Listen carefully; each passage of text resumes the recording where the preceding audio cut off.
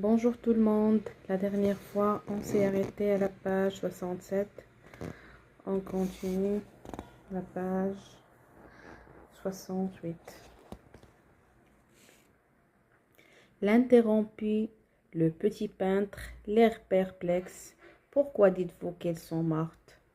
Leurs yeux sont toujours fermés, expliqua Rachel. Elles sont nues et elles ont l'air mortes. Oh, pas du tout, ma chère, répliqua Bishop. C'est une convention du surréalisme. Leurs yeux sont fermés pour signifier l'état orinique. Elles sont nues et endormies. Elles rêvent, à vrai dire, mais c'est vrai qu'il y a une photographie particulière de Man Ray, intitulée La prière, que vous avez peut-être à l'esprit quand vous dites que ces femmes sont mortes. Il s'agit d'un autoportrait dans lequel on le voit appuyer sa joue contre la hanche d'une femme nue qui semble avoir une blessure de balle de revolver sous le sein gauche. Il se tourna vers Hector pour ajouter « Elle a les cheveux bruns et il est allongé sur un lit. La photographie est en noir et blanc, bien entendu, mais l'artiste y a ajouté un filet de sang à l'encre rouge qui descend sur la torse de la femme et créé une petite flaque sur le matelas. Man Ray extrait ce corps nu et donne l'impression que c'est lui qui a tué la femme. Vous semblez bien connaître le monde de l'art. Vous aussi, dit Harriet à Rachel. J'ai passé 2 ans à Paris. J'ai même étudié l'art. Et j'ai compris que je n'avais pas de talent, conclut la femme d'un air détaché.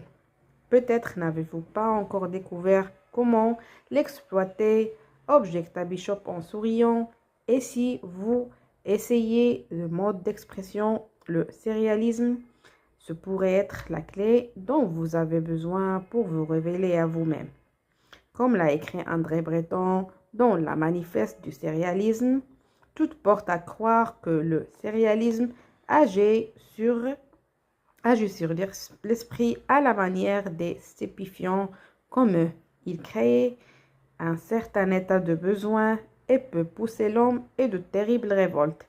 Il marqua une pause, regardant Rachel d'un air affable, et puis il ajouta « Le surréalisme serait peut-être à même de vous pousser à développer votre talent artistique. Mademoiselle Harpé, en plus, il est difficile de nier qu'il est dominé par les hommes.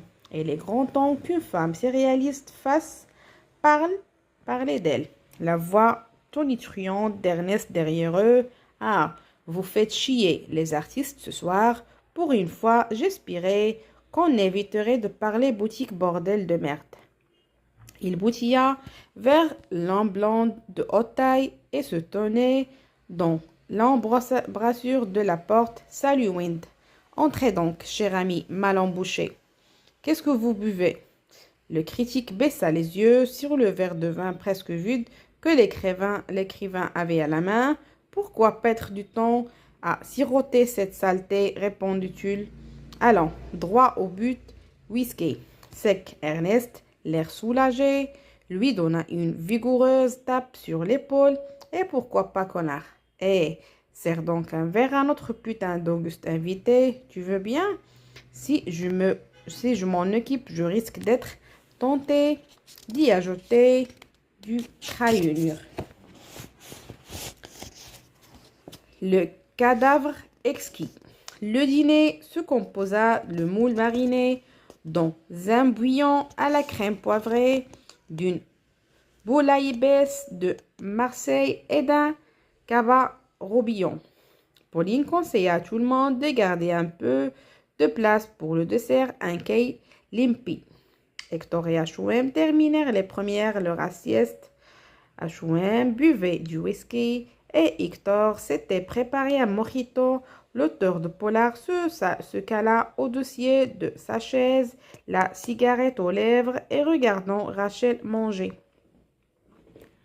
Pauline observait la jeune femme, elle aussi, depuis le début du repas, souvent et avec beaucoup d'intérêt. Hector s'étonnait de son attitude Pauline ne semblait pas considérer Rachel comme une menace. Il ne se comportait pas du tout comme il avait vu faire en présence de Jeanne Masson ou d'autres femmes, en général plus jeunes qu'elle, qui n'avaient aucun scrupule à manifester leur admiration pour Ernest et leur disponibilité. Non, c'était autre chose, un truc sur lequel Hector n'arrivait pas à mettre le doigt. Rachel, de son côté, ne semblait pas s'en rendre compte que Pauline la tenait à l'œil. Elle posa enfin ses couverts, but un gorgé de tavel et dit à Ernest, « Papa, j'ai vu le briquet d'Hector, il m'a parlé de ce jeu, cet exercice d'écriture auquel vous vous livrez ensemble, une vraie phrase, il a appelé ça. » H.O.M. prit le temps de savourer une gorgée de whisky avant de répondre. « C'est bien ça, ma fille. L'un de nous lance les débuts d'une phrase à l'autre l'attrape au vol pour la terminer du mieux qu'il peut. L'idée, c'est de faire une phrase courte, percutante et aussi vraie que possible et un clin d'œil. » Il sourit de tous ses dents et s'écria, « Tiens, Hector, attrape donc celle-là. » Le vieil homme mourut, pétri d'illusions et par conséquent d'écus, enchaînant Hector. « Pas falichon, commenta H.O.M. À toi l'assaut. » Hector réfléchit quelques instants. Un prêtre pochetron qui attendait son exécution regrettait qu'il n'y ait pas une pute parmi les autres condamnés.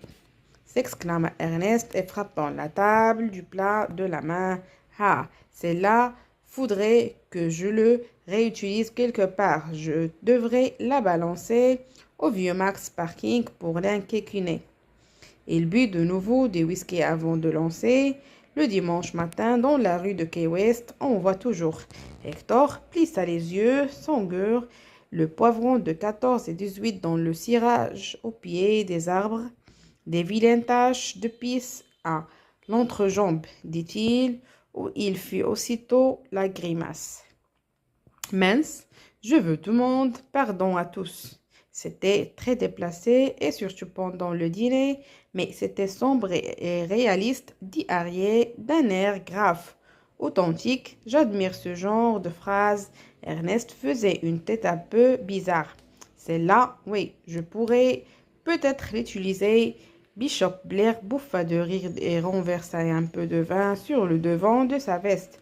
Il s'empressa de l'essuyer avec sa serviette de table en lin bordeaux. Votre jeu d'écrivain me rappelle à un autre auquel nous jouons à Paris. Nous, les artistes peintres, je veux dire, l'idée était à peu près la même, appliquée à un métier différent, évidemment. Mais encore, demanda Hector en expirant la fumée de sa cigarette par les narines.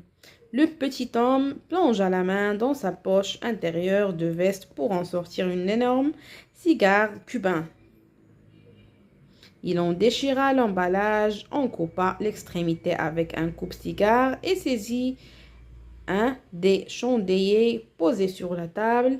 Il pompa debout des lèvres de la Havane et le faisant lentement tourner entre ses minuscules doigts dans la flamme d'une bougie. Enfin, il souffla 2 rangs de fumée. Curieusement, cela a commencé comme un jeu d'écriture et commença-t-il au fond. C'est pas si différent de votre. Un soir, lors d'une réunion entre artistes, un poète qui était parmi nous a écrit quelques mots sur une feuille qu'il a pliée pour cacher son texte et il a demandé à quelqu'un d'écrire quelques mots le plus sous les siens pour donner une suite au début invisible de sa phrase. Voyez-vous, le résultat était étonnant. Une sorte de petit poème sombre, surréaliste, très intense, comme il y avait une grande majorité d'artistes plasticiens dans la salle.